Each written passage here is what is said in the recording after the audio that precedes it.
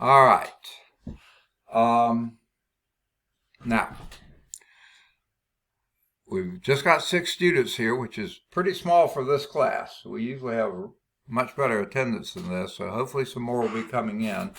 First, let me find out, well, already, for those who came in a little bit later, I think it was Roy or someone said he saw a very thin, very, very thin crescent moon early this morning.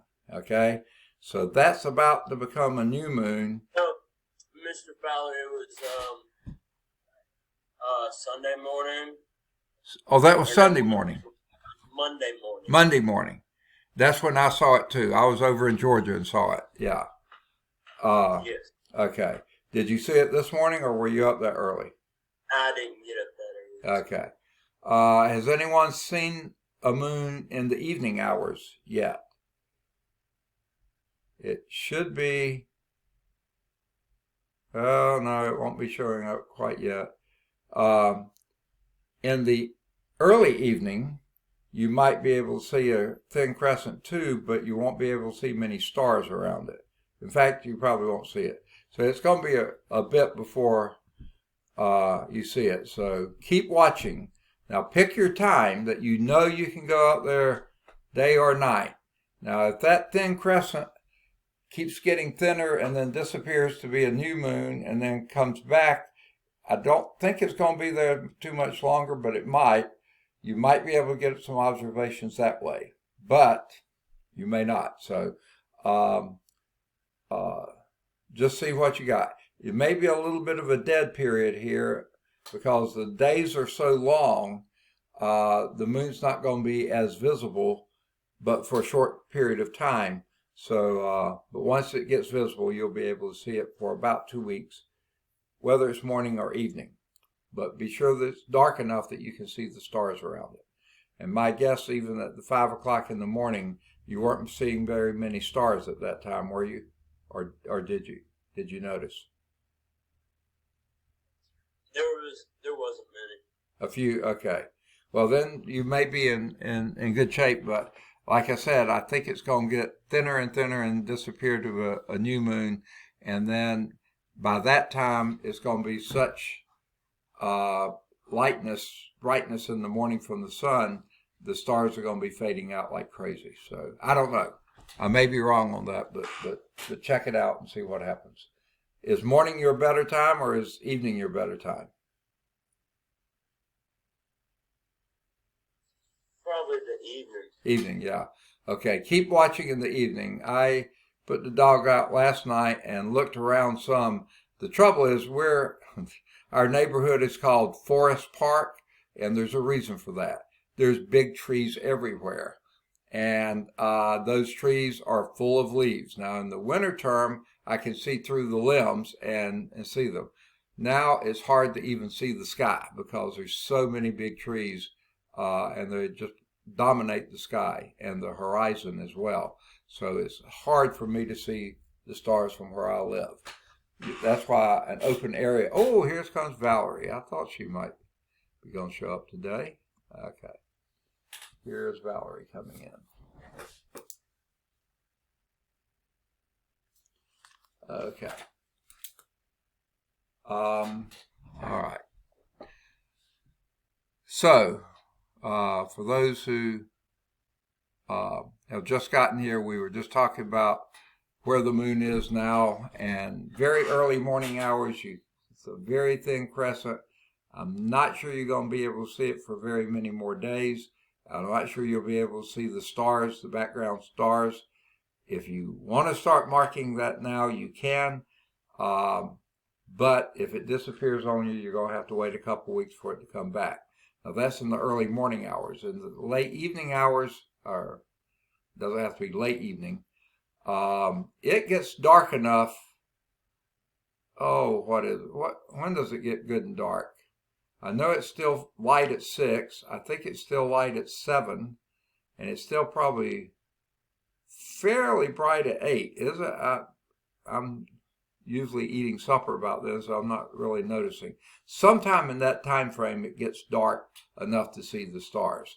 So sometime probably between 8 and I don't know how late you're up. I try not to be much past 10, but of course I'm not as young as y'all are.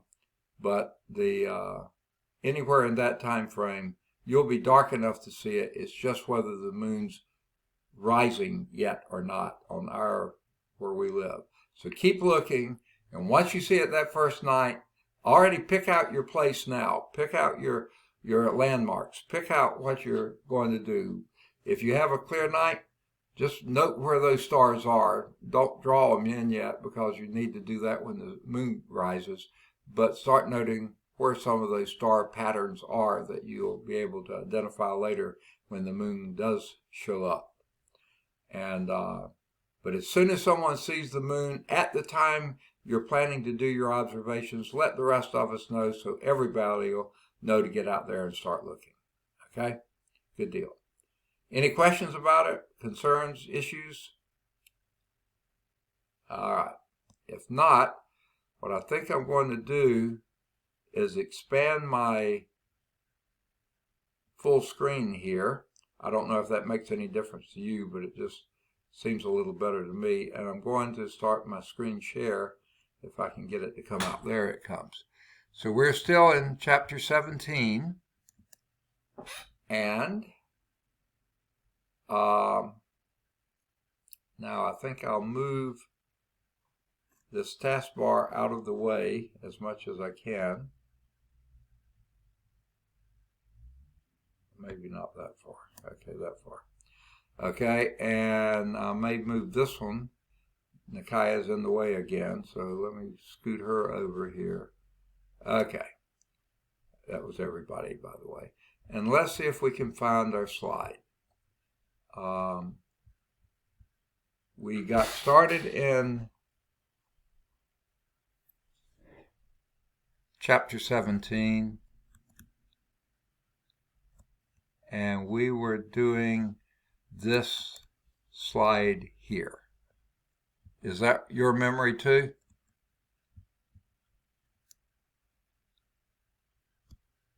Anybody? Yes, sir. Okay. Now, there's supposed to be more to the slide than that. There we go. Okay, there it is. All right. Any questions or issues before we get started today? All right. Now, where we were last time, we were talking about minerals. Remember, minerals, I didn't quite say this last time, but start putting this concept together in your head. Minerals are basically the building blocks that rocks are made of, okay? That's one way to put it. Minerals are the building blocks that go into forming rocks. Now, some fairly pure minerals are rocks themselves, okay? But these are mostly the pieces, the various pieces that go into making rocks. So, minerals in general. Now, we're talking mostly about earth crust minerals, okay?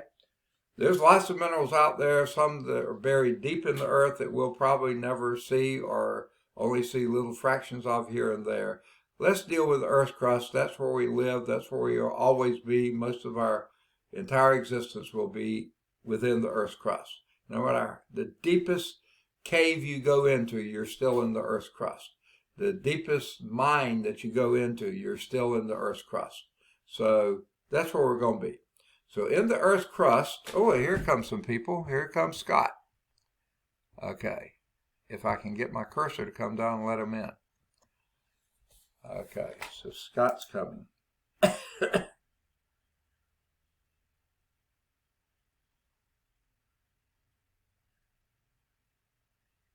Can't get my pen to write. Okay. There's Scott. Okay. Now, I want y'all to help me watch. I don't know if you can see it or not, but Monday's class, after class, I had an email. In fact, I think there were 2 emails from Don Baldwin, and he said he had gotten off work, came home, tried to get in the class, and never could. Now, I never saw him, but this screen sharing down here, can you see this green half line, and then it says stop share on the other part of the line? It's really like the green part is like 3/4 and the stop share is red and it's 1/4. Do you see that on my screen? No. No, you don't. Okay. When someone tries to come into class, that moves upward.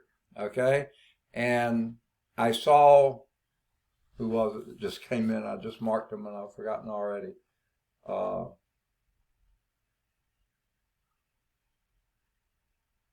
Scott, that was it. It was Scott when he came in. I saw it happen. But at some point here, the Zoom or somebody, like right here, there's Harry. Now I can see that really clear now. And maybe it's quit doing it. But after a while, maybe it's when I get on the other screen. So Harry just came in. But it doesn't hang up there long. But you didn't see Harry when he tried to come in, did you? Well, I didn't see Don when he tried to come in. And I don't know how many times he tried, but I didn't see him. And so he never got admitted to the class. I don't know what went wrong. I don't know why it went wrong, but it did. So if you have any sense that someone's trying to get in the room, please let me know so I can let them in. They set up Zoom so it prevents people from coming in until you admit them. And I guess there's a reason for that. They say that Zoom has been hacked some, not very often, and people get in and then start putting bad backgrounds behind me that I don't know are there. I see the room behind me. But I've heard, now this is what I heard, that it's some Christian group using Zoom. Someone hacked into it and started putting pornography behind them, and the person kept talking and all this porn was behind them, and they said, hey, yeah. Well, they didn't know. So that's why they made it so the host has to let people in that he or she recognizes. So if you have any sense someone's trying to get in, please let me know. So we started last time talking about minerals in the Earth's crust. And in talking about them, we said they break into two basic groups: silicate minerals and non-silicate minerals. That's two pretty big groups. I mean, and that covers everything. Either you're a silicate or you're not a silicate. Well, silicate sounds pretty restrictive, but guess what? 92% of the minerals in the Earth's crust are indeed silicates. That means they have silicon somewhere in them. Only 8% are non-silicates, and we'll talk about those in a few minutes. Now, maybe I need to back up for people who weren't here before. What is it that makes up a mineral? Okay, minerals have to be naturally occurring, non-organic, meaning they didn't derive directly from plants or animals. So naturally occurring, non-organic, solids. Caitlin must have had to go out or gotten bumped out because she's back in, but I already have her present. Yeah, I already have her present.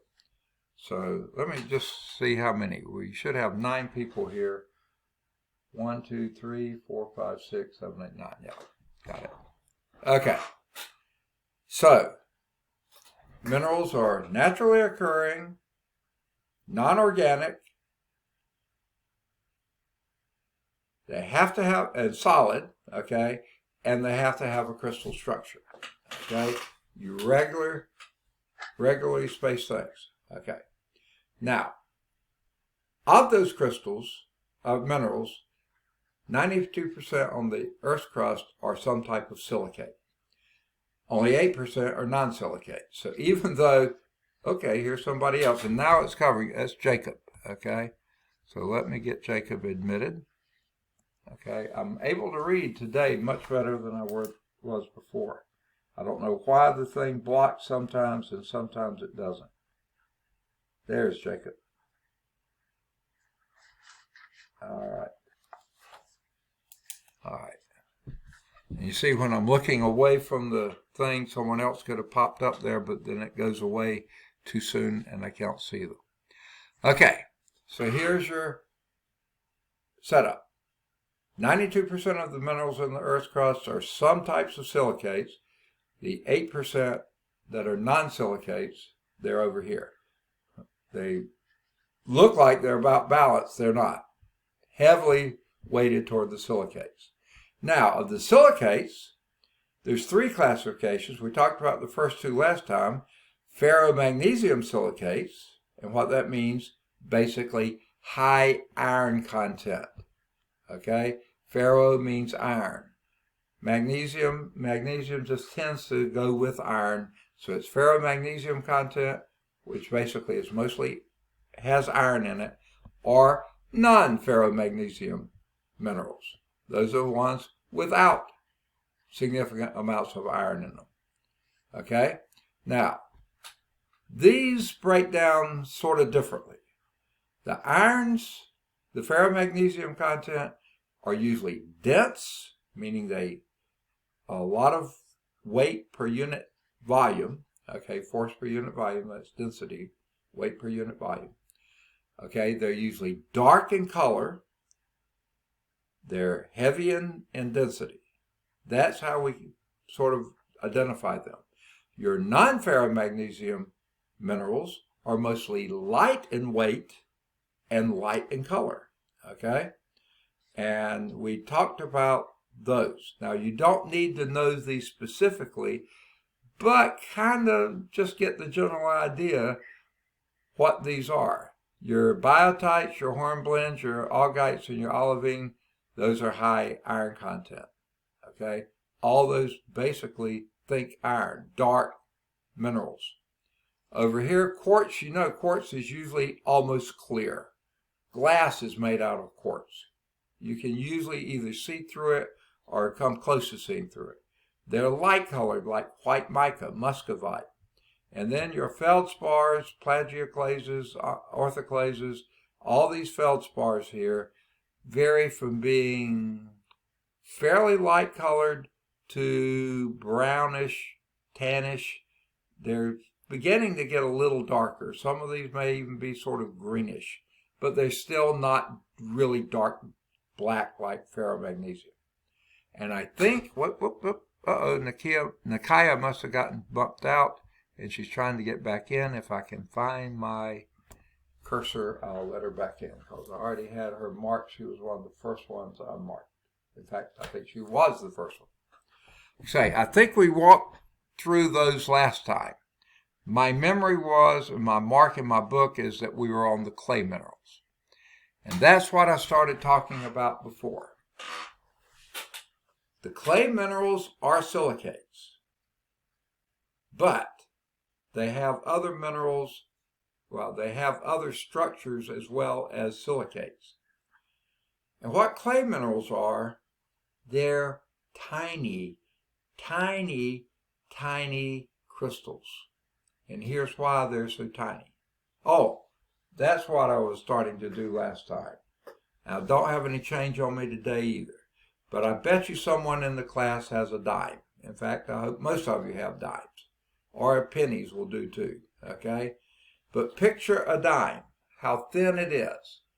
That thickness is approximately 1 millimeter thick, okay? I was trying to think of something else I might have in the room that would be as thin as a dime, okay? 1 millimeter thick, okay? Now picture that dime that you're going to slice, if you had an incredibly good slicer, and slice that dime, thickness-wise, into 1,000 slices. I can't even imagine that. That would be so thin, you could probably see through them, okay? 1,000th of the thickness of a dime. The largest clay mineral is going to be 2 of those thousandths of a thing. 2 microns is the largest clay mineral, largest dimension of a clay mineral you'll see. You won't see them. You can't see an individual clay mineral. because they're so incredibly tiny. If you have the most powerful light microscope, you'll not see a clay mineral, a single clay mineral, okay? You may see an aggregate of them, but you won't see a single crystal of clay minerals. If you have an electron microscope, you can see basically the dimensions of one, and yeah, you can sort of pick them out, okay? Mostly you see where they're missing or something like that. Why are they so tiny? Because what clay minerals are, as opposed to the others, and we'll get to this a little bit later in the chapter, ferromagnesium minerals form basically from magma cooling, okay? In other words, volcanic material cooling. That's what forms ferromagnesium minerals. Your other non-ferromagnesium minerals are from other sources, not iron, that are cooling either rapidly or slowly, making the crystals. What clay minerals are, they are minerals made up of materials that has already degraded from something else, and when they came back together, they're forming new crystals. But that's why they're so incredibly tiny, because they're forming from scrap materials from other things. Now, let me tell you what some of these are. The first one mentioned there is kaolinite. Most of the clays that we have in the southeast are probably predominantly kaolinite clays. Now, what is a kaolinite clay? You don't need to know this, but I'm just going to give you the thing. Remember, there's a silica layer. Silicates, they're silicates. But there's also an alumina layer, 1 to 1 to 1. And a kaolinite clay is what they call a 1 to 1 clay. It's actually one of the larger crystal sizes of your clay minerals, getting up close to 2 microns, 2 of those thousandths of a dime thickness. Incredibly small, okay? But those are some of the biggest. The illite clays that are mentioned next, those are 2 to 1 clays. They have a silica layer, alumina layer, and then another silica layer. A silica layer, alumina layer, another silica layer. So those are 2 to 1 clays. So they are more silicatey than the kaolinites are, because kaolinites are 1 to 1, silica, alumina, silica, alumina, silica, alumina. Okay. Whereas the illites and chlorites are 2 to 1. In fact, well, chlorites are a little bit stranger animals, but you don't have to know that. Now,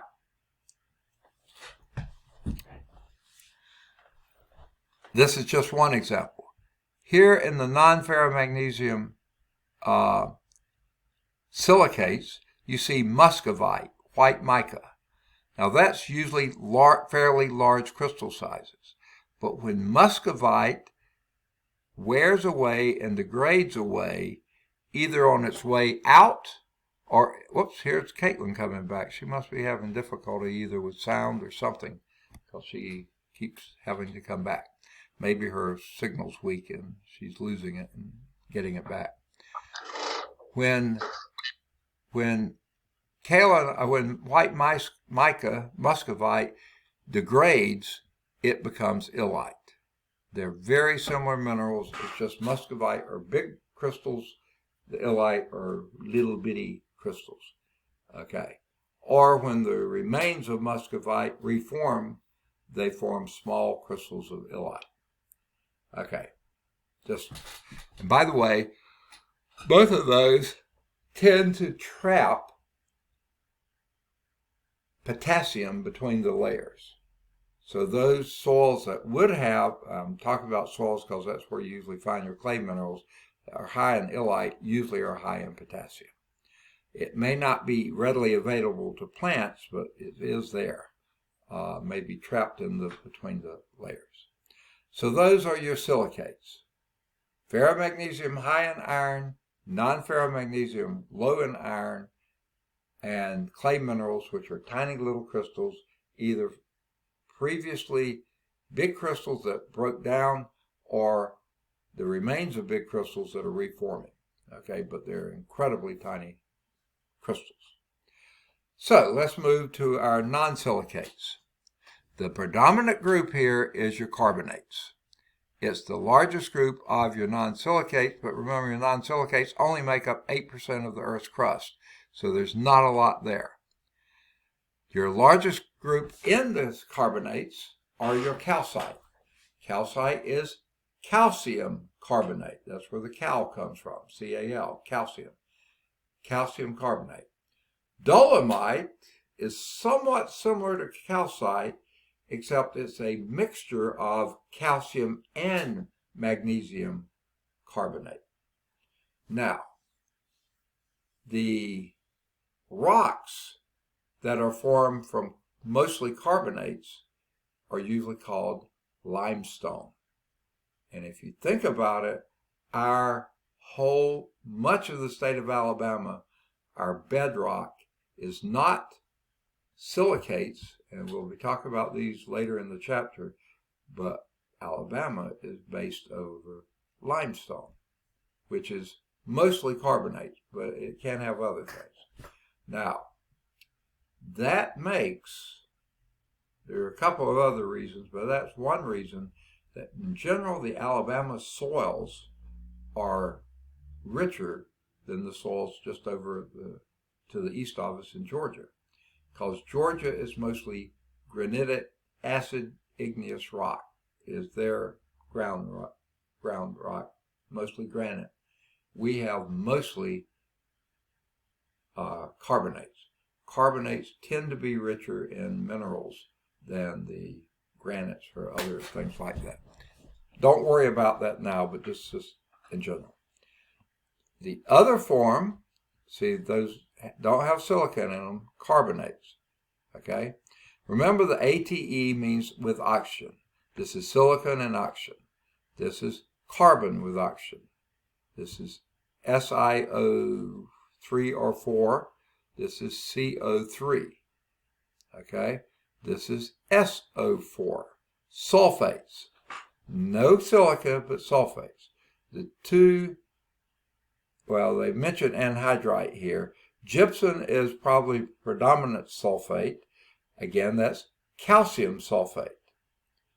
There is a magnesium sulfate, and your grandmothers may be familiar with this. The common name for magnesium sulfate is Epsom salts. Okay? My grandmother tended to have a little bit of gout in her toes, and she would soak her feet in Epsom salts, and it seemed to make her feet feel better. She also heard that her violets needed a certain amount of magnesium.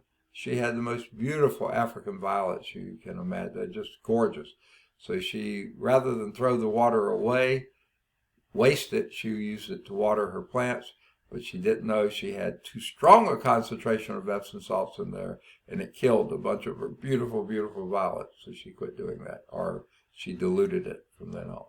But that's another. Epsom salts. Gypsum is calcium sulfate. Epsom salts is magnesium sulfate. Anhydrite basically is a form, I think, of gypsum with minus some water in the crystal structure. Okay, that's where it gets its name, anhydrite. Now, just a little bit other deal with gypsum. I don't know if any of you are at all familiar with building materials. If you are, you may have heard the name sheetrock. Any of you ever hear of that? People, Yes. Yeah, Yes. People put it on the walls of their houses, mud it up, sand it down, and it makes nice, even walls, paint them nice, even, flat walls. This old house we're in has mostly plaster walls. They're not even, the corners aren't very sharp. It's hard to put up molding and stuff on. Because plaster was the old way they did things. They came out with sheetrock. The generic name for sheetrock is a brand name. The generic name for the product is called gypsum board. I don't know if you've ever heard it called that. If you've looked at sheetrock, it has a sort of like a cardboard on one side, a paper product on one side, a paper product on the other side, but in between you have a whitish to grayish looking material. That's gypsum. Calcium sulfate. Now, that's not naturally occurring gypsum. They have probably taken naturally occurring gypsum and refined it, or they artificially made it, but that's why it's called gypsum board. Now, any of you have any experience raising peanuts for crops? Any of you grew up on a farm that was a peanut farm down in South Alabama, a little bit more toward eastern Alabama? I know Elba is a big peanut area. I think Dothan's a big peanut area. Okay? If you know of anyone from there, you may hear them talk about gypsum in a different term. They use the word land plaster. Well, if you think about it, that material in between the paper product on gypsum board is a type of plaster. Well, they called it land plaster because peanuts are not, peanuts grow underground, but they're not a root crop. Sweet potatoes is a root crop. Carrots are root crops. Beets are root crops. Those are actually roots.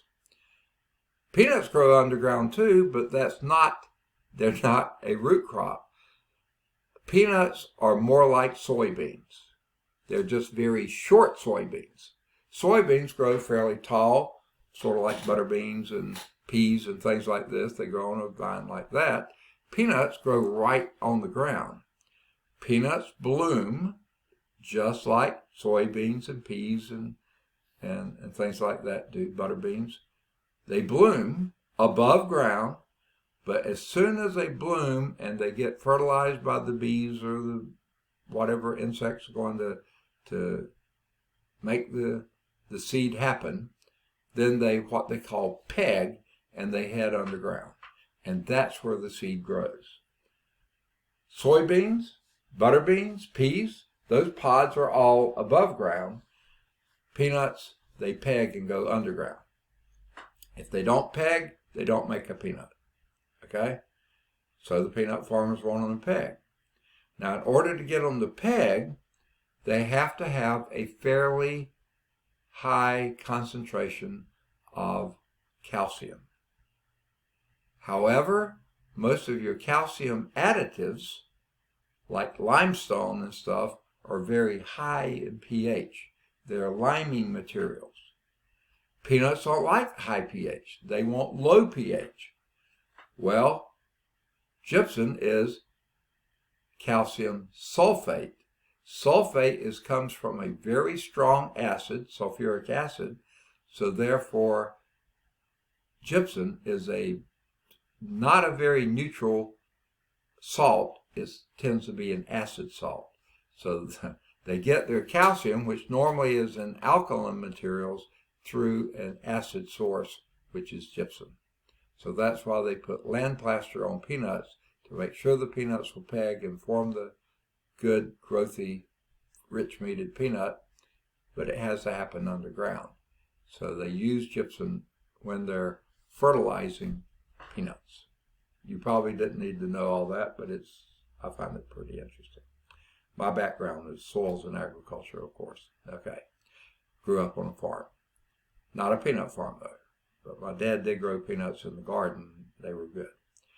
Okay, another form of non-silicates are your oxides. Okay, now the 8s means the anion, the negative side of things, has carbon with oxygen in it. Silicates with silicon with oxygen. Sulfates, sulfur with oxygen. The oxides, the negative side is just oxygen. O.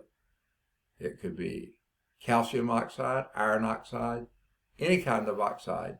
The oxide side of it is this. Now, most of your non-silicates will be, and the ones they list here, are hematite, which is iron oxide. Now here's the ferromagnesium silicates. You don't see hematite over here because it's not a silicate. It's an oxide. So hematite and magnetite are both iron oxides. Now, does someone know a common name for iron oxide?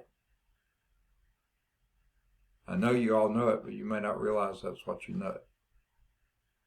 Rust.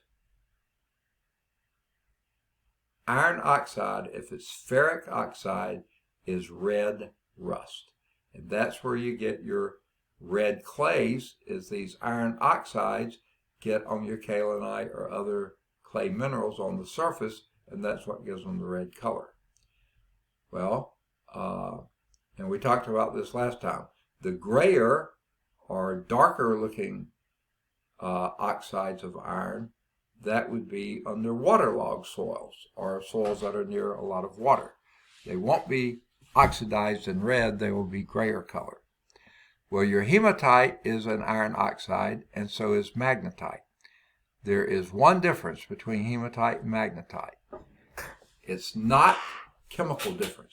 Chemically, they're identically the same.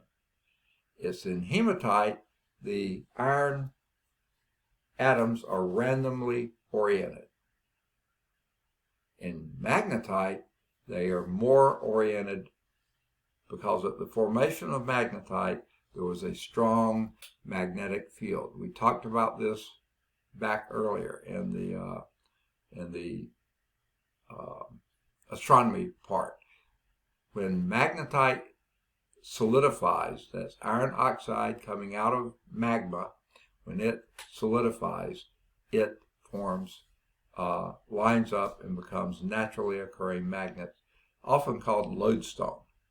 Okay, limonite is a class of minerals, and again, I can't remember exactly which oxide that is. And then you have various aluminum oxides, and just about any metal or other mineral you name can have an oxide. Not all, but most of them. All right, sulfides are like oxides, only this right-hand end of those, the anion, the negative ion, are sulfur ions. SO2, O negative 2, iron to O negative 2. Sorry. Pyrite is a sulfide. Okay? There's one particular kind of pyrite that is formed that we call fool's gold. It looks like gold, but it's not. It will fool you. It's not dense enough to be gold, but it looks just like it. It's actually an iron sulfide. Okay? Sphalerite is another type of sulfide. Galena is, and you'll see this in your next lab, and chalcopyrite, which is not iron pyrite, but it's iron pyrite with, I believe it's copper. It's a mixture of copper and iron pyrite, and that's chalcopyrite. Then you have your phosphates, back like your carbonate, sulfates, and silicates. This is phosphorus with oxygen, PO3 or PO4, phosphates. The main one of these is apatite. Time out again, another story here. Are any of you gardeners or, like I said, grew up on farms and are used to things like fertilizing? Anybody? No? Shame on you. Okay. Now, if you ever go, say, to Home Depot or to a farmer supply store or any place like that and look at fertilizers, a lot of times you'll see 3 numbers on the top. Here's example. 5, 10, 15. 10, 10, 10. 15, 10, 5. They don't have to be multiples of 5. They could be 4, 8, 12 or something like that. What do those numbers stand for?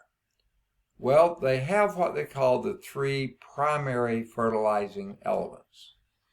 Nitrogen always is that first number.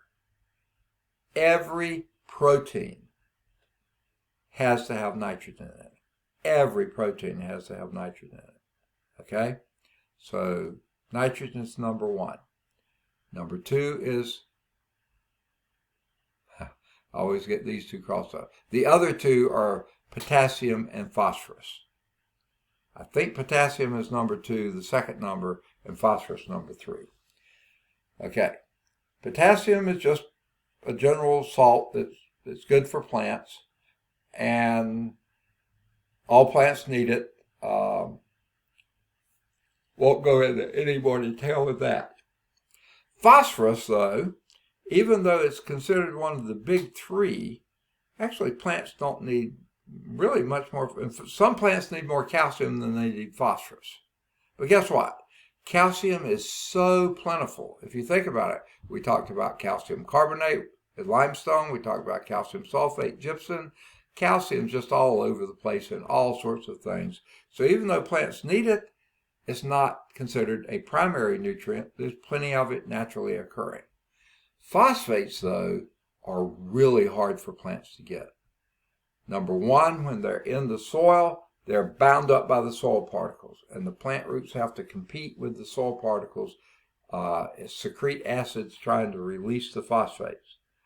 But, and they're pretty low supply. So the number one source of phosphate fertilizers, which we need to keep the planet fed, is apatite. That's the mineral where phosphates occur.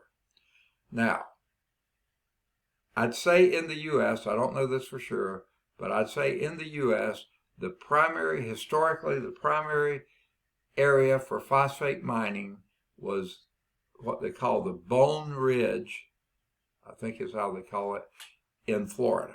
It goes right down the middle of the peninsula of Florida that goes, sticks out down separates the Atlantic from the Gulf of Mexico. Down the middle of that is where a lot of the phosphate mining was done.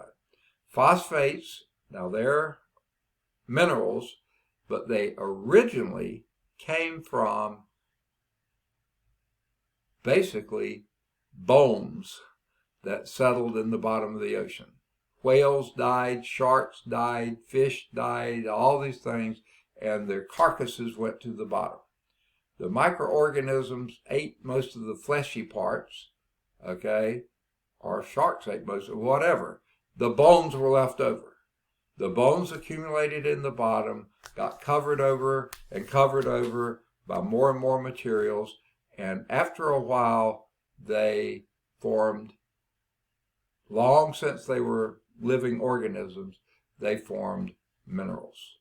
And those minerals are your phosphates, okay? I don't know if you heard the story of the early settlers in, say, Massachusetts and Virginia, and those early settlers in the U.S., around Massachusetts, they almost starved to death that first winter. And the Indians came and brought them enough food so they wouldn't starve to death. And they celebrated the first Thanksgiving. You've heard that story, okay? Indians also told them something else. The soils around there were fairly poor soils, especially poor in phosphates. So what the Indians taught them to do was when they caught fish, and it was a fish that was really bony fish that wasn't very good to eat, don't throw it back. Bury it under your crops, okay? And that's how they got the phosphate fertilizers, okay?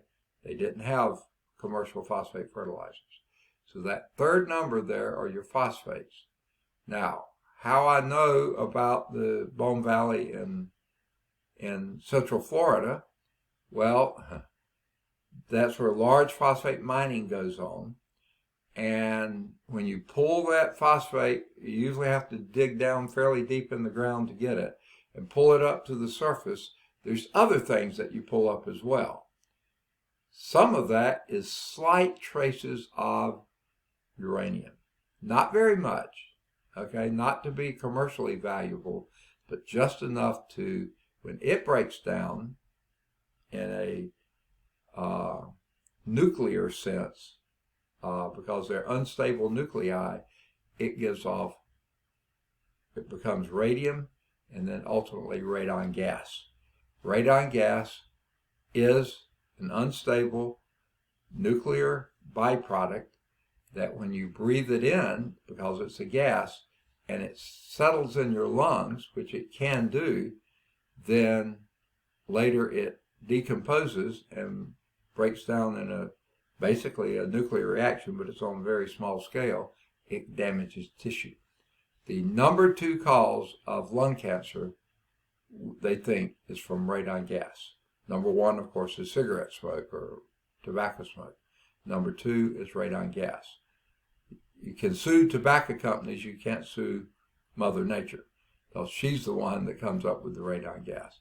But because the phosphate brings up traces of uranium, the landfills that were around there got filled with that, and the people who built houses over that reclaimed land wound up, some of them, with high levels of radon gas in their leaking into their houses. When I worked at Southern Research Institute, we were studying ways to mitigate or fix those houses that were built on such properties and had high levels of radon. So that's how I knew about that. We went down to the Bone Valley.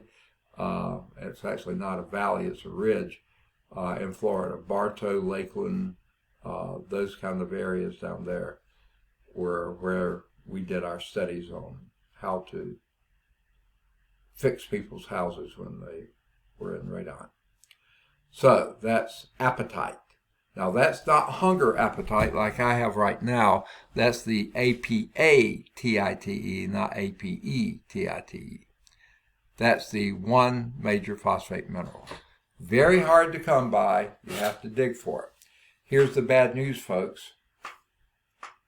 We have picked all the low-hanging fruit there. We've got most of the easy-to-mine phosphates mined. They're getting harder and harder to get. That means with a world population increasing still quite rapidly, if we don't find a new source of phosphate fertilizers, we may not be able to feed the planet. See, we found ways to provide nitrogen fertilizer. It's called the Haber method, and you take naturally occurring methane, or it doesn't even have to be naturally occurring. Landfills produce lots of methane. Cow poop produces lots of methane. There's methane out there, okay? Take that and combine it with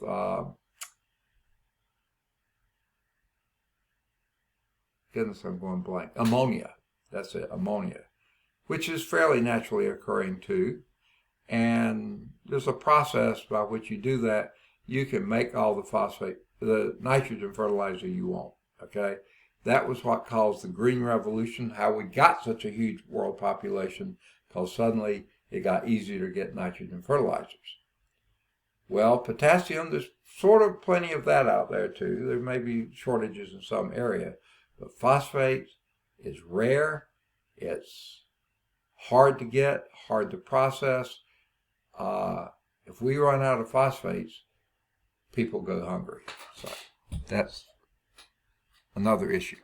Halides, and I think I told you this before, in your periodic table, and I'm not sure all your texts have these, but in your periodic table, the next to the last column, way over here on the left, no, right, I'm looking at it backwards here, that's your column 7A, those are your halides. The chlorides, the fluorides, the bromides, the iodides, okay? Those are your halides, okay? Otherwise, they were oxides and sulfides. Those are in column 6. Column 7 are your halides, okay? And then the native elements, gold, silver, copper, Diamonds, it's interesting they put those there, and sulfur. Those are elements that occur by themselves. Well, gold is an element, silver is an element, copper is an element, sulfur is an element. Diamond's not an element. But wait a minute, what is diamond? Pure carbon. Pure carbon in a three-dimensional crystal that's incredibly strong and abrasive. That's diamond. It is a native element. Carbon, that's its element. All right, probably beat that slide to death, right? Now I can't get it to advance. I have to click on the slide. Now get it to advance. Okay, here are some examples. On the left here, figure 17.9. Now in your book, this is 17.8. Okay? We lost a slide somewhere there. But on the slide set, it was 17.9. These are your ferromagnesium silicates.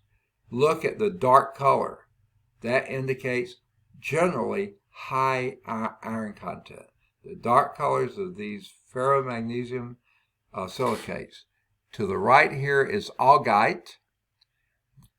Yuck.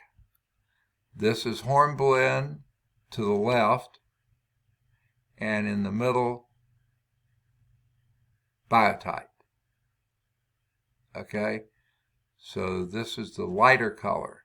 And if you notice in the table here, okay, there was, remember that, augite to the right, pretty dark, hornblende to the left, really dark.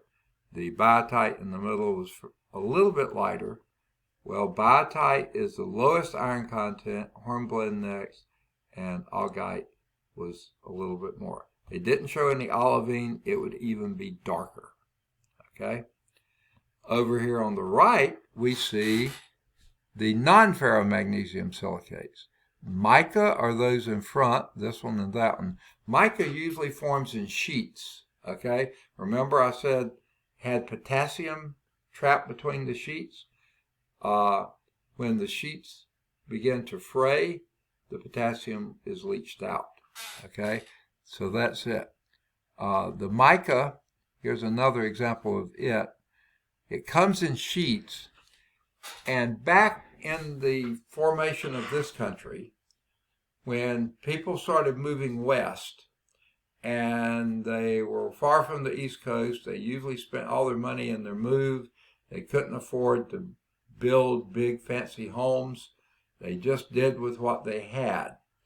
Well, out in the Midwest, they found the Midwest was covered with this really dense, fantastic grass called prairie grass.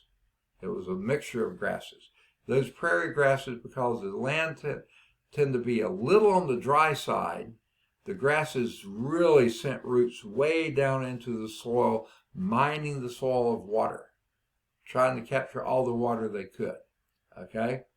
So these really deep-rooted prairie grasses, they didn't have many trees. They couldn't build their houses out of wood like they did back east, because the East Coast was just naturally forest. Alabama, naturally forest. Out in the Midwest, nothing. In fact, they used to make the joke on western Kansas. The state tree of western Kansas was a power pole. That was the only wood you ever saw, was a power pole. Everything else was grass, okay? No trees, okay? Well, they built their houses with blocks of prairie grass roots, basically. They called it sod, and they called those houses the soddies. Well, they had windows in the soddies, but it was cold in the wintertime. They had to cover the windows. They couldn't afford the glass that they had back east. They found mica out there, and in the mica, they just would strip away sheets of mica and piece them together. It wouldn't be transparent, but it would be translucent. It would let enough light through that you wouldn't have to burn a fire all the time to have light inside, and it provided protection from the cold. So that was your sheet mica, okay? White mica, okay? That's these in the front. You can see that it's in sheets You can almost peel those parts apart. You have white and pink orthoclase. That's top, there's the white, and here's the pink orthoclase. Going back a slide or two, here's your orthoclase down here. That's potassium feldspar. Again, light colored because it's non-ferromagnesium. Okay, potassium feldspar, your white or pink orthoclase. And quartz, there is a beautiful quartz crystal, big old quartz crystal. And here's another one. Remember those crystal shapes? This, almost see it right there. I think this is a tetragonal shape. This may be hexagonal shape. But there's your quartz, okay? Most of the quartz are not that big of crystals. They're small crystals like sand particles, but those are some big old magnificent looking quartz. But notice, all very light colored because they don't have much iron content at all. Your ferromagnesium silicates, high iron content. These higher than those because they're darker, okay? Or that's why they're darker, because they're higher iron content. Okay. Now, page 440. Those figures were on 441. Back up. Physical properties of minerals. By the way, I think this is going to be your next lab, okay? We will be looking at physical properties of minerals, and some of these properties will be exactly what you're going to be looking for. First of these is color. Now that's the most obvious thing you see about minerals. What did they say back here? The white and the pink orthoclase. You judge them by the color. But guess what? They're both orthoclase. One's white and one's pink. Here is quartz. It's almost clear, but you can have pink quartz. You can have, different color quartz.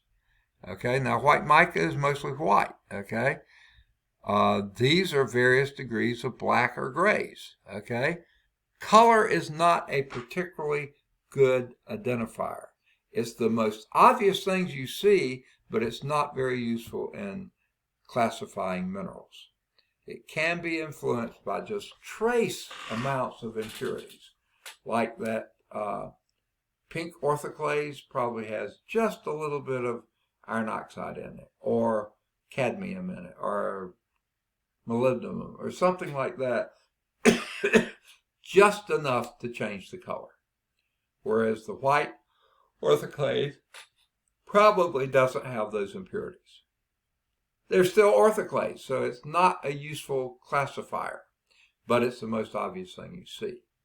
Now, if you take those minerals and you put them on a very abrasive material like sandpaper, or goodness, what's the name of the other stuff they use besides sand? We use it when we're refinishing furniture, and I can't think of the name of it. And if you really got serious about it, traces of very small particles of diamond, that would really do it.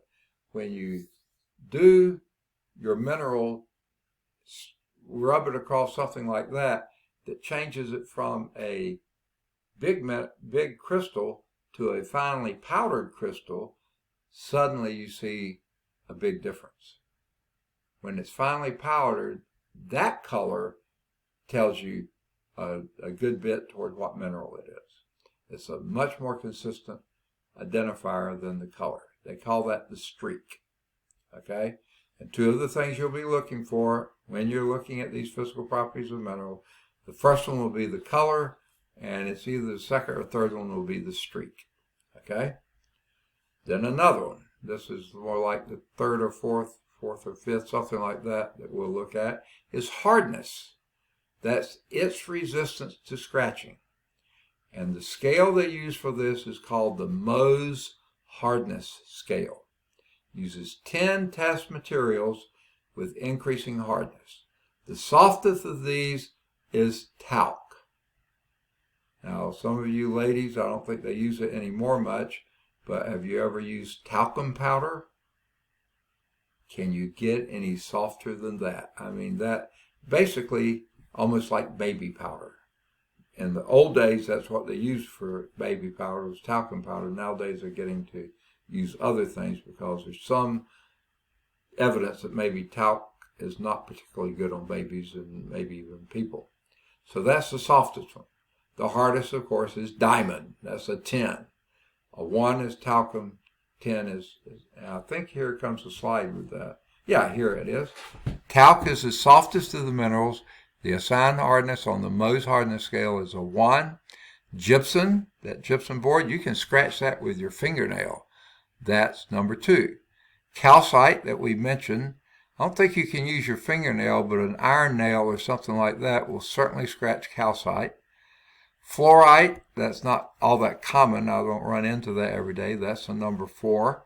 Apatite, that mineral, that phosphorus is the source of most phosphorus. That's a number 5 on the Mohs scale. Orthoclase, we just saw pictures of 2 of those, pink and white orthoclase. That's number 6. Quartz, that's sandpaper, sandstone. That's your number 7. Corundum is the one I was trying to think of. Here it is, number 9. Topaz, which is a semi-precious stone. I never can remember the colors of these. What is topaz? Is that red or is that blue? Anyone know? I think it's blue. Blue, okay. You must have that as a birthstone, okay. Most people I do. Okay, good, okay. Corundum is really hard. That's the sandpaper that's harder than sand, okay. That will work on just about anything. That's a number 9. It's more expensive also. And then diamond, that's the hardest. And I think I told you the story. I believe I did. Maybe not. When we bought this house, the house I'm sitting in right now, in the backyard, I'm looking right back seeing it, there was a concrete slab that ran from the property line on this side to almost where the hill falls off on the other side. It must have been at least 75 feet long of a concrete slab, okay? And it surrounded that walnut tree, I think almost killed it. The pecan tree right there, hackberry tree, you know, they left some space around, but, you know, most of the roots were covered with concrete, and that's not good for the roots, okay? We don't know why. I think I mentioned this before. Someone said they thought the parents didn't want the kids to get their clothes dirty when they're on the swing set. Well, guess what? I'd rather have dirty clothes than broken arms, but that's beside the point. Well, when they came in to cut that off, because I wanted it broken into chunks that I was going to use as a build terraces, because we got a hillside on that side of the house, and because I was going to dig out my patio, that's another story, and so I was going to use the chunks of concrete to make my terraces and then fill in the soil behind the terraces, okay? That was a whole summer's job, okay? More than a whole summer job. A couple years job, I guess you'd say. But anyway, when he came in to cut off the piece of slab we wanted to put our shed on, he used a diamond studded blade on a big old saw and cut right through that concrete, okay? Any other blade, it would have dulled it in no time. As long as you had coated that with just little bitty particles of diamond, cut right through there and didn't damage it. So sometimes the hardness of common objects is referred to by comparisons rather than the actual test mineral. Some of the common objects like, and their approximate hardnesses are your fingernail, that's between gypsum and calcite, about a 2.5. A copper penny, I don't have one on me, but that's about a 3.5. That's between calcite and fluorite. Ordinary glass is usually a 5 to 6. That would be apatite to orthoclase. Not quite as hard as quartz, that's what it comes from, but not quite as hard. And a pocket knife blade, which again is metal, that is same type deal. Between 5 and 6, apatite to orthoclase. Because I'm not that familiar with apatite nor orthoclase, but I am with glass or a pocket knife blade.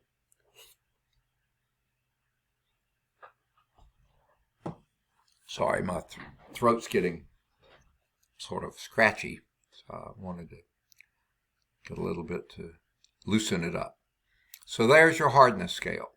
So those are the first three physical properties of minerals that they're listing here. That won't be the same order you'll do them in your lab, but that's three of them. Here's some more. The crystal form. Now, we talked about this way back, okay, beginning of the chapter. Crystal form, and remember you had all these different ones, orthorhombic, isometric, had all those forms. You don't have to know them. They usually refer to them, the six basic groups we already talked about. But basically, in your lab, you'll just identify whether, well, actually, they don't even talk. That's not in your lab. You won't have to even worry about that. The cleavage, though, is in the lab. What the cleavage is how easy it is to break the mineral in a certain plane, okay? That's this tendency of minerals to break along smooth planes. Now, one of the most incredible jobs there must be on the planet are the diamond cutters. Because, like I said, that's the hardest material, naturally occurring material known to man, is diamond. And yet these people who make these fancy jewelry and stuff like this, they have to know how to take that raw diamond and cut it into exactly the shape they want it. There's nothing will do that unless you can find those cleavage planes. And then maybe just a little tap in the right place will break it into those smooth planes. Of course, if you hit it in just the wrong place, it may fracture. Now, diamond is not likely to fracture, but you can really hit in the wrong place and break along other planes that you didn't want it broken into. Okay? So cleavage and fractures go together, and in your lab, you'll do them. You'll mention how easily or perfectly it cleaves or how roughly it fractures. So that's going to be part of your lab too. Cleavage is how easily it breaks into smooth planes. Fracture is the irregularity of your broken surfaces, not in smooth planes. Luster is another one we'll do. That's over there with color and streak. And luster is your surface sheen. Now there's several types of these. Here's a few. Metallic, and again that'll be mostly your metals. Pearly, that would be kind of that milky kind of look like pearls. Or vitreous. Vitreous means sort of water-like, okay? And there's others too. You'll see those when you're doing your lab. Okay. Now, one of the best physical properties of a mineral for classification is density. And you probably need to know this formula. Density is mass per unit volume. Now, the reason I don't make a big deal about it here, if you had the first part of the chapter of the book, that was what we did in Physical Science 112, which, Alabama does it backwards from the books. You would have already, but it's in the first part of the book, you'd already been very familiar with density. Density is mass per unit volume. So it's the mass to volume ratio. Now, if you measure that density in SI units, that's System International, it's sort of a metric type system. But these are not metric or SI, these are metric measurements, not SI. If you measured that in grams per cubic centimeter, grams measures mass, cubic centimeters measures volume, grams per cubic centimeter, lose the units, and you've got specific gravity. That's the ratio of the mineral density to the density of water.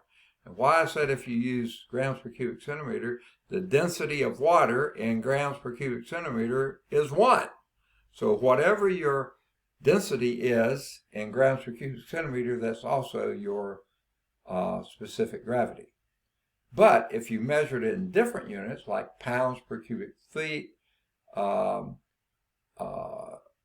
kilograms per cubic meter, some other big old awkward, unusual measure like that, if you then do water with that same measure, do the ratio, specific gravity will always be the same no matter what units you use, because specific gravity has no units. It's the ratio of a density in one set of units to water's density in that same set of units, so it doesn't have any units with it. Now, there's 2 factors that make up density. One is the kind of atoms making up the mineral. And, as we've already mentioned, you have minerals that are high in iron. Iron is a fairly heavy atom. So therefore, if you have a lot of iron in your mineral, it's going to be a dense mineral. Okay? But the other thing is, what's that crystal structure and how are those molecules or atoms put together? If they're packed in there really tightly, you'll have a denser material. If they're a loose kind of structure, then you'll have a less dense material. And here's one. This isn't a mineral, but it is naturally occurring, and it is a solid, and it does have crystal form, but you usually don't think of it as that. It's ice. Even naturally occurring ice, we don't think of that as a mineral, because it is solid, but it'll easily go to a liquid just by increasing temperature. But most materials on the face of the earth, in their liquid stage, they're less dense than in their solid stage, because in the solid stage, the atoms have gotten closer together, so they're less dense. One exception of that is the most prevalent material on the surface of the planet, water. When water freezes, its atoms actually get further apart, because water has this tendency to have this real strong surface tension. Those molecules hang on to each other like crazy, even in the liquid state. But then when they go to freeze, they form that crystal structure, and that forces the atoms slightly further apart. And when that happens, the density goes down. What's the ramification of that?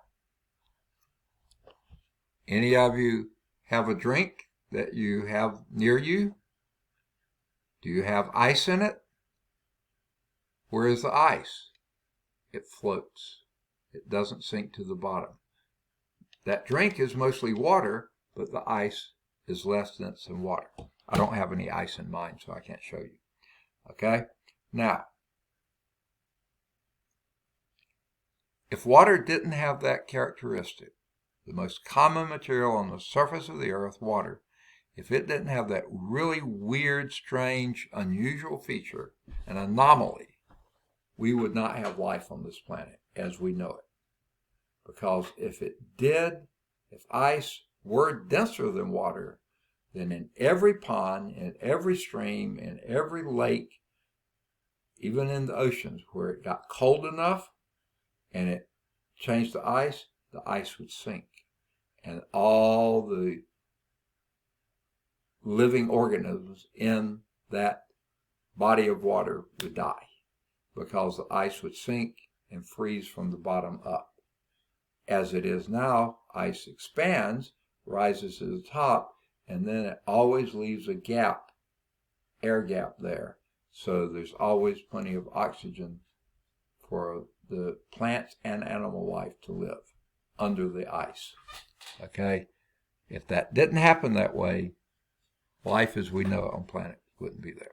Just another strange little feature. Okay. Way off base there. Okay. Now, again, that's going to be your lab.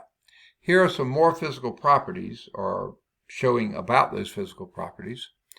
The top is a piece of gypsum, naturally occurring gypsum, not gypsum board. This looks like it's almost see-through, okay? Gypsum board is a little milkier looking than this. That gypsum with a hardness of 2 is easily scratched by your fingernail, which is a hardness of 2.5. So if you have a higher hardness factor, you can scratch the lower one. It will not go the other way. You can't take that gypsum and scratch your fingernail and get it to do anything. It just won't do it. Okay? Now, below that is quartz with a hardness of 7. So hard that even a metal file will not scratch it. You can get a metal file and work to your heart's content. Remember, metal is between 5 and 6. Quartz is 7. It will not scratch that. You cannot damage it. Okay. Now, again, you see those pretty crystals. They look a bit more hexagonal here to me than they do tetragonal, but whatever. There's a beautiful crystals there. But it won't scratch unless you have diamond. Diamond will scratch it, corundum will scratch it, and topaz will scratch it, but not much else will.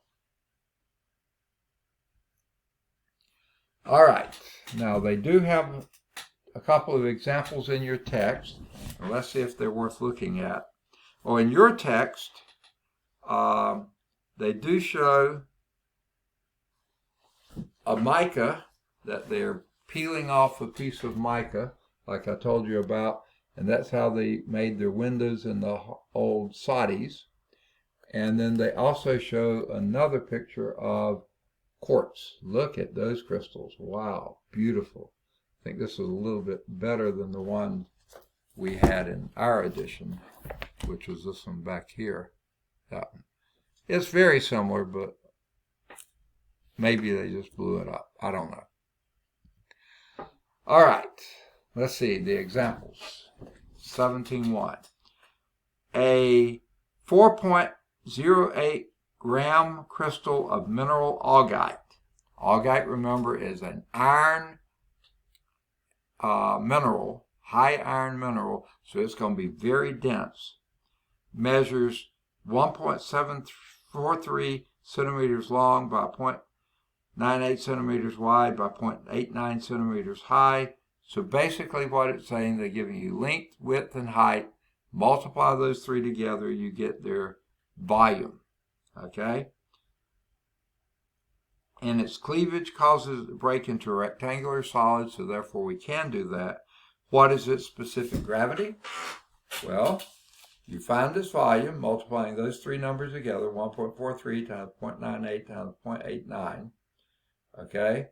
And then divide that into your 4.08. You're going to find that its density is about 3.26 grams per cubic centimeter, because that's what we use. Well, what is its specific gravity? Lose the units. It's just 3.26. Now, you have a 6.39 crystal of mineral potassium feldspar. Now, it's a non-ferromagnesium mineral. That means it has no iron in it, meaning it's lighter weight, lighter density, lighter color. Okay? Now, even though you have more of it, 6.38 grams compared to 4.08 grams of augite. Now, this also is a rectangular solid, so it's 1.82 centimeters long by 1.18 centimeters wide by 1.1 centimeters high, and it breaks into a rectangular solid. What is this specific gravity?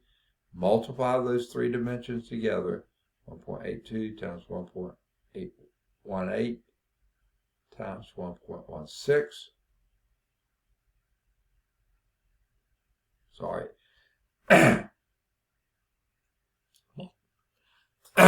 Multiply those three together. That gives you cubic centimeters, divide that into its mass, 6.38 grams, and you get 2.656 grams per cubic centimeter. That is in grams per cubic centimeter. Lose the units, that's specific gravity. Lose the units only when it's in grams per cubic centimeter. If it's in kilograms per cubic meter, that you can't just throw away the units then. You have to compare that to water in kilograms per cubic meter. If it's in pounds per cubic inch, you have to compare it with water in pounds per cubic inch. Okay, so actually that's a weight density, not a mass density, but it still will work. Okay, so you see augite, high iron content, considerably denser than potassium feldspars, which is 2.58. All right.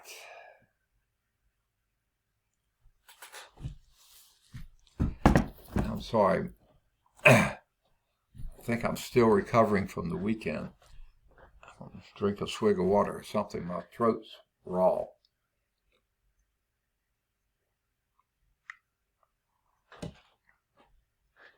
All right. Now remind me at 4:45 is when I have to call roll for lab, even though we probably won't be having a lab today.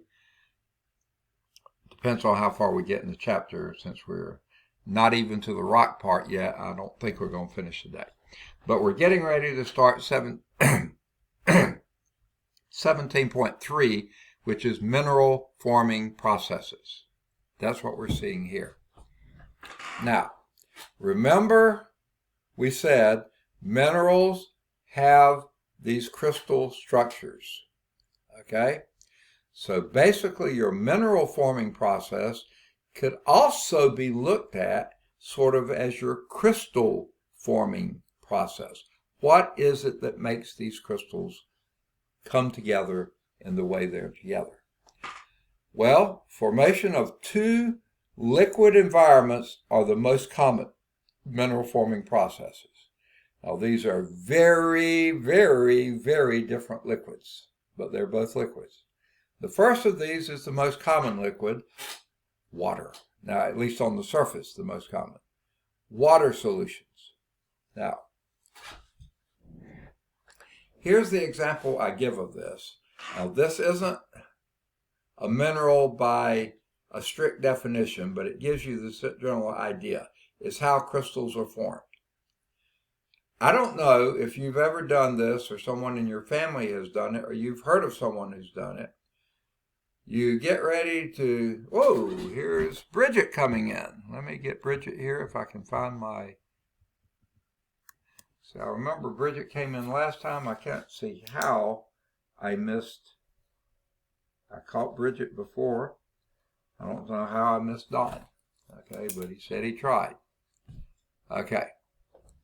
And you see that box shows up now on the screen. Now, I don't know why it waited till now to show up. Earlier it wasn't showing up, but now it's showing up, and sometimes it'll block the people's names and I can't see who was coming in. And you see it keeps coming and going, and after a while you don't pay any attention to it. Well, if someone's name's behind there, I just missed it. And that's the only thing I can figure it happened with Don. So I don't know, y'all probably can't see it. If you have any idea someone's trying to get in, please let me know. All right, mineral forming process. The liquid solutions, one of these is water. Now here was the example I was going to give you. Have any of you ever heard of this happening? You're going to fix your butter beans, boil them on the stove. So you put your water on, and probably go on and add your salt, right? Because most people like a little salt with their butter beans, okay? And you want to get it start boiling before you put your butter beans in, okay? Sounds like a reasonable thing to do. But then the phone rings, you get distracted, baby cries or something, and you go off and forget that the water's on the stove. You come back sometime later and notice the butter beans are sitting on the counter and your pot is really hot because all the water is evaporated away. What do you notice at the bottom of that pot? Big old salt crystals. All right, folks, are you back? Did y'all hang around? Is anyone there? We're still here. I'm still here. Okay, good. Could you see what I was doing? Bridget's here. Huh? Could any of you see what I was doing, or did you just see this same slide on the screen the whole time? Just a gray box. Just saw the same slide on the screen the whole while. Okay. Okay. What I did, I went out and deleted, I don't know how many, a bunch of recordings from the my last several days, because last time I did it, and I also deleted a lot of downloads, and so that gave us more room. So now we're recording again. So hopefully there won't be too big a break there. All right, so let's talk about these mineral forming processes. Oh, Capri is here. That's good. Let me get her here. This is her first time here today. All right. Still haven't seen Don. He didn't. He tried to get in last time and couldn't, and I haven't seen him yet today. And it seems like it was about late 3 o'clock, early 4 o'clock when he was trying, and it's about that time, but I haven't seen him yet. Okay. So Capri, we are still in chapter 17. This is rocks and minerals. We're still in the mineral part, and we're on around page 443 if you got a big book, or 17-8 if you got the smaller book. And these are the mineral forming processes. And we're just talking about one of these is from water solutions. What happened when you were put that salted water on the stove and were getting ready to do and then forgot about it? Basically, your water evaporated away and formed, and the salt doesn't evaporate, so the crystals reform. Now, when you first started, you put plenty of water, you put salt in it, the salt all dissolved, okay? But then later, when you started losing water, the salt crystals reformed. And in general, I'm guessing the salt crystals that came out later were probably bigger than the salt crystals that you had earlier. I don't know that for sure. I know if you slowly let the water dissolve away, then the salt crystals can get quite large, okay? Well, that's what's happened in nature, okay? We have rainfall out here, okay? We've had plenty of it this year. It's been a great year.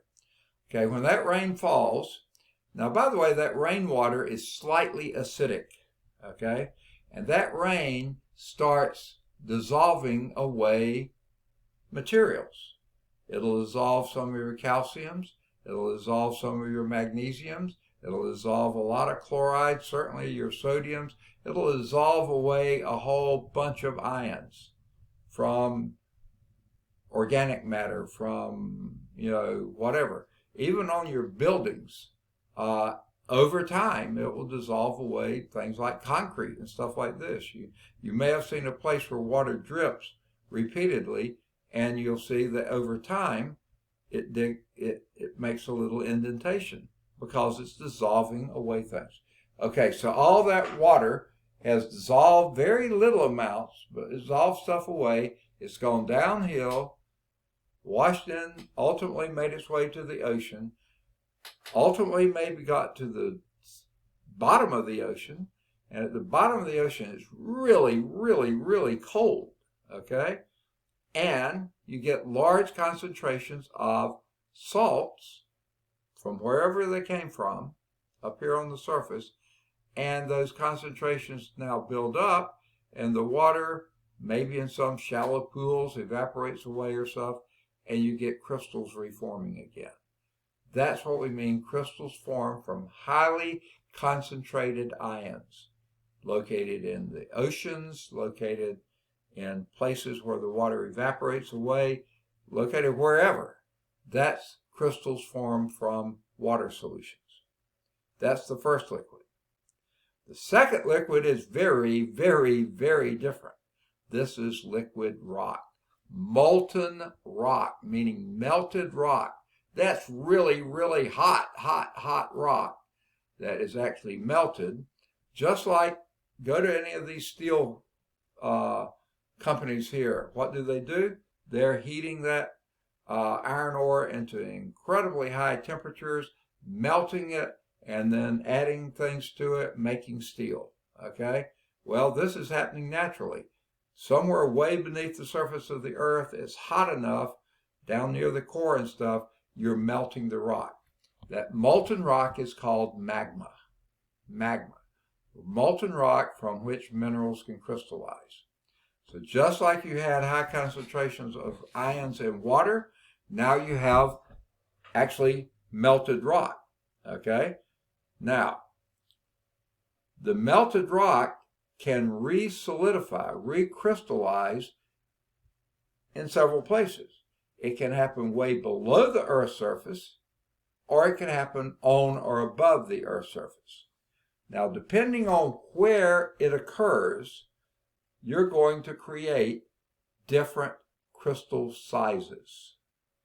If it happens way below the Earth's surface, and that's a very slow process of recrystallization, it tends to form very big crystals. However, if it's at or above the Earth's surface, then they're going to cool really quickly and form very small crystal surfaces, crystal structures. Now, if it happens to form that magma recrystallizes on or above the Earth's surface, we call that lava. Okay? When magma is forced out of the Earth's surface, like a volcanic reaction, and the liquid, you see that red, hot rock, liquid rock, that's called lava, when you can see it on the surface. Okay? If it's underground happening, you don't see it, and it's still magma. When it's underground, lava when it reaches the surface. Same material, you just give it different names. Now, both of these mineral forming processes from these liquids, there's a couple of important factors. Certainly the temperature. Okay? Now, as I said, with water solutions, usually things dissolve in water better at high temperatures and come out of solution at colder temperatures. Now, any of you like sweet tea? Okay? I bet you some of you do. If you're from the South, you probably had it before anyway. When my mom used to make sweet tea, we don't make it anymore. I do every now and then, but not that often. You put the sugar in when the tea is hot. If you try to put the sugar in when the tea is already iced tea, and then try to get your sugar in there, all the sugar crystals just go to the bottom. They don't dissolve because they come out of solution. I mean, they go into solution. They dissolve at higher temperatures faster, but when the temperature drops, then they come out of solution and they form crystals. Okay, that's one factor. Now, on the other hand, magma is kind of the same way. At higher temperatures, it stays molten. At cooler temperatures, it starts coming out. Now, some of those cooler temperatures can still be quite hot, but they're just cooler than what it was before. Now, another factor, pressure. Okay? The more pressure, now, and these factors interact like crazy. Okay? When there's usually things at high pressure tend to be at higher temperatures. Like I said, by rubbing your hands together, you can rub them together, not pressing them together. It just feels like you're rubbing. But when you press them together and rub, you can feel they get hotter. The reason is friction. Okay? So pressure and temperature sort of go hand in hand, you might say. That's a pun. Okay? But pressure can also force things to come out of solution. For instance, and we'll get to this later when we're talking about the structure of the Earth, the inner part of the Earth's core, where it's actually the hottest, actually is a solid. The outer part of the core is a liquid. It's really hot there, but because the pressure isn't as much as great, it's still a liquid. But when you add more pressure, you force it into a crystal, into a solid. Okay, so pressure can work with temperature and keep it melted, or maybe too much pressure forms a solid again. Now the next issue is one I've already kind of mentioned, and that's time. What does time have to do with it? That's not the herb time, this is regular clock time. If a crystal is formed very slowly, like if the temperature is changing really, really slowly, usually you're going to form large crystals. If the temperature is changing real quickly, like that lava, which was really hot in the earth when it was magma, comes to the surface and cools real quickly, then your time is very short. Your crystals tend to be very, very small. So that's how time is evolved. The other thing, important factor, availability and concentration of ions in solution. Now this is more for water solutions, okay? If you have high concentrations of the right kind of ions, and the higher the concentration, the more likely it is to come out of solution. And it could, as long as it's happening slowly, form really large crystals. Okay, now let's go back to especially this time issue. If a solid, especially magma, okay, molten rock material, cools really, really rapidly, it doesn't have time for those atoms to rearrange themselves in that crystal structure. And then what you form is glass. Now, have any of you ever watched a glass blower at work? We went down to Gulf Shores one summer. Karen's family took a vacation down there, and there in one of those communities there, a guy was blowing glass, or a gal too. It was a couple or three people blowing glass, and we got to watch them do it. And what you do, you heat up that sand, quartzy material, heat that up at very high temperatures, and it ceases to be a crystal, and it melts, just like they do in the iron ore plants. You know, they heat it up, and it's no longer a solid, it becomes a liquid, okay? But then, when you rapidly cool it, and don't let those crystals form again, suddenly it becomes a glass. And that's how they make glass. And they roll the sheets of glass into very uniform pieces that makes what your window panes. There's no crystals in there. It cooled rapidly, so it did not form the crystal structure.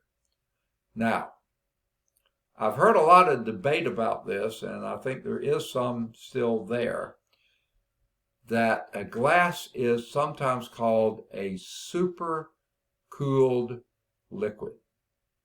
That actually a glass, because it doesn't have that crystal structure, the molecules still are able to very, very slowly slide past each other. Where it's in its crystal structure, they can't move. They're fixed. That's what makes the crystal structure. That's what makes it a solid. But in a glass, they are still, they're not in that crystal structure because it cooled too quickly, and they still can slide past each other. And supposedly, now I've heard arguments both ways here, some of the most ancient glass known to exist on the planet are in some of the great cathedrals in Europe that were built way, way, way early. And they say you can go there and measure the glass at the top of those windows, and it's incredibly thin, and at the bottom it's slightly thicker, okay, because the molecules are moving down. Now other people are saying, nah, that's just because they put the glass in that way. I don't know. It's a lot to be argued one way or another. but a glass is a rapidly cooled solid. It is a solid. It does have a definite shape, takes a definite volume, but it doesn't have that crystalline structure. So that's not a mineral, it's a glass. Now, this is a really dumb question here. Are any of you Game of Thrones fans? Yay or nay? Yes, sir. All right, there Harry is, okay? What is the material they make the swords that will kill is it called whites or something like that? Does anyone remember? Something called obsidian? Yes. Yes, you've heard that. Okay? Now, I haven't seen the Game of Thrones. I have never seen a single episode. But I did read some of the early books of it. And frankly, the earliest books were really interesting. And the more he wrote, I felt the less he got off. I don't know. I never enjoyed the later ones as much as I did the early ones. Maybe you love them all. I don't know. But anyway, I remember obsidian being mentioned in the books. And we're going to see some pictures of obsidian. Obsidian is actually not a mineral. It's a glass. Okay? Rapidly cooled. I'm pretty sure it's quartz. But let's see. We'll get to it in a bit. I can't get this slide to advance. Click on it once and let's see. Okay, here we go. So, we finished on page 443. We're now on 444. We're now going to look at some of these minerals that form at very high temperatures. And basically what we're talking about are those that form from magma. Possibly lava, but most likely magma. And how we used to describe this, a guy named Bowen, that someone could look up and write a paper on if you wanted to, came up with this reaction series. It's a sort of a graphical illustration of what they think is going on. Okay? Bowen's reaction series is talking mostly about the silicates, not about other things, not about your oxides, not about the carbonates and other things like this. It's talking about your silicates. So this is the silicate crystallization sequence. And they're going to talk about it on two different sides here. The ferromagnesium silicates on one side, they crystallize at higher temperatures.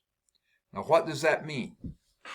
Those that are high in iron content, when the magma is very, very hot and cooling very slowly, the ferromagnesium silicates are going to crystallize very much sooner than the non-ferromagnesium. Obviously, that heavy iron atoms come out of solution earlier. The minerals crystallizing later are progressively poorer in ferromagnesium, iron, and richer in silicon. Remember, they're all silicates. They all have silicon in them. But the iron silicates, the ferromagnesium silicates, crystallize at higher temperatures. Those with less iron at cooler temperatures, they crystallize later, and they're richer and richer in silicon. Okay? We'll see that now. We'll see it again when we look at rocks. So let's look at it now. Here is this. It's on page 444 in your text, also 17.9 if you just got one of the small texts. Now, over on the left, these are the ferromagnesium minerals. I can't get my cursor to show up. There you are. Okay. Okay, here are the ferromagnesium. They come at much higher temperatures than the ones over here. So it's not the same scale. It's high temperatures up here, low temperatures here, but these are always hotter, much hotter than these over here. Okay? Your olivines come out first. And if you remember back a few slides ago when they listed the silicates and non-silicates and stuff, olivine was on the bottom. That's because it's the highest in iron content. That comes out of your magma first. Okay? Then came your augite, which is very dark. Hornblende was very dark. The biotite is getting a little bit lighter. Remember, these are all silicates. They all have silicon in them, but these will have higher concentrations of iron, lower concentrations of silicon, lower concentration of iron, like the higher silica, even lower iron, higher silica, even lower iron, and very high silica. Okay? That's on the ferromagnesium silicate. These are at higher temperatures than these over here. Even though it makes it look like they're the same temperature scale, they're not. Now, over on the other side, calcium feldspars, which are your plagioclase feldspars, they come out at higher temperatures than your others. Not as high as any of these over here, but still at high temperatures. And then you move down the calcium feldspars, plagioclase feldspars, high in calcium, to those that are high in sodium. They come out at much cooler temperatures. Okay? Those are your sodium feldspars. Then you get your potassium feldspars. They're down here at the bottom, much cooler than anything on these sides. And then you get your muscovite, which is a, goodness, I can't remember what it is, orthoclase or, but it's even lower. And by the way, that's white mica is the other name for it. So you're losing a lot of color. And finally, the quartz. The quartz comes out at the lowest temperatures. So it's held around in there for much longer.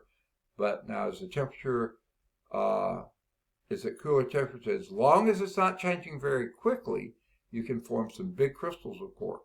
But if it's changing rapidly, you get little crystals of quartz like sand grains. But those big crystals, like we've seen in the pictures, they come out last in the Bowen series. So they come out at the coolest temperatures. Okay? So that's Bowen's reaction series. That basically is focusing on, remember on the previous slide, the temperature part. Important factors, temperature. Bowen's reaction series illustrates that for you. Okay? Now, how about the minerals formed at normal temperatures? Not way down in the Earth's surface where it's hot, but those formed basically at the Earth's surface, either when the material contact is in contact with oxygen, carbon dioxide, and water at normal temperatures. These are basically your carbonates, in other words, your non-silicates.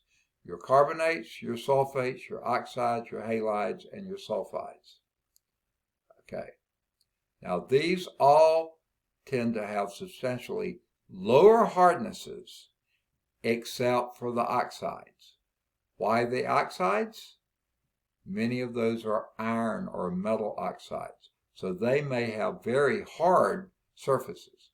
And because they're high in metals, they have higher specific gravities. But your others, your carbonates, your sulfates, your halides, and your sulfides, which usually form, at normal temperatures, not at high temperatures underneath, they are usually lower in hardness and specific gravities than more minerals formed at high temperatures.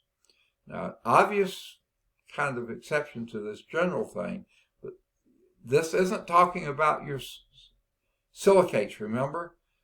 But remember, quartz is at low temperatures, but it's a really hard material. That's because it's a silicate, so don't get it crossed up. These are your non-silicates forming at normal temperatures. The quartz still forms at higher temperatures, but that's a silicate, not a non-silicate. Okay. Now, this I cannot find in your text anymore. I think it's scattered in many places. This is something they called altered minerals. What does that mean? These are minerals that have been exposed to different environmental pressures, okay? Environmental temperatures, or environmental chemical solutions. Things have happened to them. The pressures changed, the temperature changed, Whoa, here comes somebody. Capri back in. She must be having trouble coming in and going out. Maybe her things aren't connecting well. But I've already marked her present. Okay. Still haven't seen Don. I'll keep looking for him. Okay.